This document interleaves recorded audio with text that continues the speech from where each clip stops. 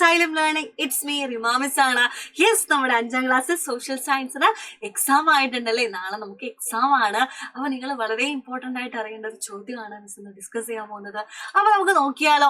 Yes, നമുക്ക് നോക്കാം മക്കളെ, നോക്കാം. യെസ്, ഇവിടെ നോക്കിക്കോ, ചിത്രം കൊടുത്തിട്ടുണ്ടല്ലേ, പ്രവർത്തനം കൊടുത്തിട്ടുണ്ട്.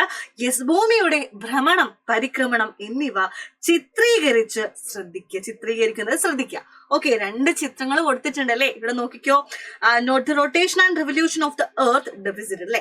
2 ചിത്രങ്ങൾ ഇവിടെ കൊടുത്തിട്ടുണ്ട്. നിങ്ങളോട് ഇതിൽ ഈ ചിത്രങ്ങൾ ഏതാണ്, ഫിഗർ എ ഏതാണ്, ഫിഗർ ബി ഏതാണ് സൂചിപ്പിക്കുന്നതാണ് ചോദിക്കുന്നത്. അപ്പൊ ആദ്യത്തെ നമുക്ക് എന്ത് എഴുതാൻ പറ്റും? യെസ്, ആദ്യത്തെ ചിത്രം എന്ന് പറയുന്നത് എന്താണ്? അത് നമുക്ക് പറയാൻ പറ്റും, അത് റൊട്ടേഷൻ ആണ് അല്ലെ. കണ്ടറിയില്ല, ഇത് റൊട്ടേഷൻ ആണ്. എന്താണ്? ഭൂമി എന്താണ്? അച്ചുതണ്ടിലെ ഭൂമി അതിന്റെ ഇമാജിനറി ആക്സസില് സ്വയം കറങ്ങുന്നതാണ് ആദ്യം കാണുന്നത്, റൊട്ടേഷൻ എന്നാണ് പറയാ. അല്ലെങ്കിലോ യെസ്, ഇവിടെ നമുക്ക് റൊട്ടേഷൻ കൊടുക്കാം അല്ലെ, റൊട്ടേഷൻ, ഇതാണ് റൊട്ടേഷൻ.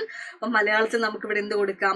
യെസ്, മലയാളത്തില് ഭ്രമണം അല്ലെ, ഭ്രമണമാണ്. അപ്പൊ മറ്റേത് എന്താണ്? യെസ്, ഭൂമി സ്വയം കറങ്ങുന്നതിനോടൊപ്പം ഭൂമി സൂര്യനെയും കൂടി വലവെക്കുന്നതാണ് ആ ചിത്രത്തിൽ കാണുന്നത്. അത് പരിക്രമണമാണ് അല്ലെ, അല്ലെങ്കിൽ റെവല്യൂഷൻ എന്നാണ് പറയാ. ഇതെന്താണ്? പരിക്രമണമാണ്, പരിക്രമണം. അല്ലെങ്കിൽ എന്താ പറയാ? യെസ്, റെവല്യൂഷൻ എന്ന് പറയും. റെവല്യൂഷൻ. ഓക്കെ, റെവല്യൂഷൻ എന്ന് പറയും.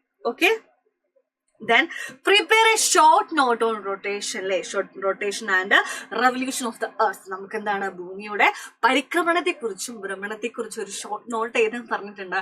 അത് നമുക്കൊന്ന് എഴുതി നോക്കിയാലോ. എന്താണ് ഭ്രമണം എന്ന് പറഞ്ഞാല്? യെസ്, നമുക്കറിയാം ഭൂമി എന്താണ്? ഭൂമി ഇങ്ങനെ അതിന്റെ ഇമാജിനറി ആക്സസിൽ ഇങ്ങനെ സ്വയം ഇങ്ങനെ കറങ്ങുന്നുണ്ട് അല്ലെ. അപ്പൊ അതിനെയാണ് റൊട്ടേഷൻ എന്ന് പറയുന്നത്. അതുകൊണ്ടാണ് നമുക്കറിയാം ഇന്ന് നമ്മുടെ കേരളത്തില് ഇപ്പൊ രാവിലെ ആണെങ്കിൽ നമ്മുടെ കാനഡയിൽ നോക്കുമ്പോൾ അവിടെയൊക്കെ രാത്രി ആയിരിക്കും അല്ലെ.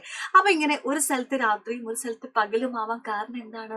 അതിന് കാരണം എന്താണ്? ഭൂമിയുടെ ഭ്രമണമാണ്. കാരണം ഭൂമി ഇങ്ങനെ കറങ്ങിക്കൊണ്ടിരിക്കുന്ന സമയത്ത് സൂര്യൻ എവിടെയാണോ ഉള്ളത് ആ ഒരു ഭാഗം എന്താണ്? ഡേ ആയിരിക്കും, മറ്റേ സൈഡ് എന്തായിരിക്കും? നൈറ്റ് ആയിരിക്കും. അപ്പൊ ഇതിന് കാരണം, ഈ ഒരു പ്രതിഭാസത്തിന് കാരണം എന്ന് പറയുന്നത് എന്താണ്? റൊട്ടേഷൻ ആണ്, ഭ്രമണമാണ് ആൻസർ വരുന്നത്. ഓക്കെ, അപ്പൊ ഭ്രമണം എന്താ നമുക്ക് നോക്കിയാലോ. Yes, night and day alternate on the earth because of the rotation of the earth അല്ലെ. the rotation is spinning of the earth on its imaginary axis. ഭൂമിയില് രാത്രിയും പകലും മാറി മാറി വരുന്നതിന് കാരണം റൊട്ടേഷൻ ആണ്. എന്താണ്? ഭൂമി അതിന്റെ ഇമാജിനറി ആക്സസിലെ അതിന്റെ സാങ്കല്പിക അച്ചുതണ്ടിൽ എന്താണ്? സ്വയം കറങ്ങുന്നതിനെയാണ് നമ്മൾ റൊട്ടേഷൻ അല്ലെങ്കിൽ ഭ്രമണം എന്ന് വിളിക്കുന്നത്. റെവല്യൂഷൻ എന്താണ്? യെസ്, ഭൂമിക്ക് ഒരു ഭ്രമണം കംപ്ലീറ്റ് ആക്കാൻ എത്ര വേണം? 24 hours ആണെന്ന് നമുക്ക് പറയാൻ പറ്റും. യെസ്, റെവല്യൂഷൻ എന്താണ് റെവല്യൂഷൻ? മിസ് പറഞ്ഞില്ലേ, ഭൂമി അതിന്റെ സാങ്കല്പിക അച്ചുതണ്ടിനെ ആധാരമാക്കി ഇങ്ങനെ സ്വയം കറങ്ങുന്നുണ്ട് അല്ലെ.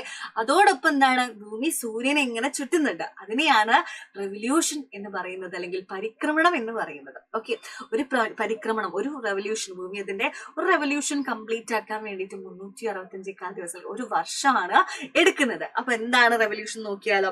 യെസ്, ആസ് ഇറ്റ് റൊട്ടേറ്റ്സ്, അതെന്താണ്? ഭൂമി ഇങ്ങനെ കറങ്ങുന്നതോടൊപ്പം എന്താണ്? The earth moves around the sun on a fixed orbit. This is revolution. ഭ്രമണം ചെയ്യുന്നതോടൊപ്പം ഭൂമി നിശ്ചിത സഞ്ചാര പഥത്തിലൂടെ സൂര്യനെ ചുറ്റി സഞ്ചരിക്കുന്നുണ്ട്. ഇതിനെയാണ് നമ്മൾ പരിക്രമണം എന്ന് പറയുന്നത്. ഈ പരിക്രമണം പരിക്രമണം കാരണമാണ് എന്താ? സീസൺസ് ഒക്കെ ചേഞ്ച് ആവുന്നത്. സീസൺ ചേഞ്ച് ഉണ്ടാകുന്ന കാരണം പരിക്രമണമാണ്. അപ്പൊ ഈ ഒരു ഭാഗം നിങ്ങൾ ഇമ്പോർട്ടന്റ് ആയിട്ട് അറിഞ്ഞു വെക്കാം കേട്ടോ.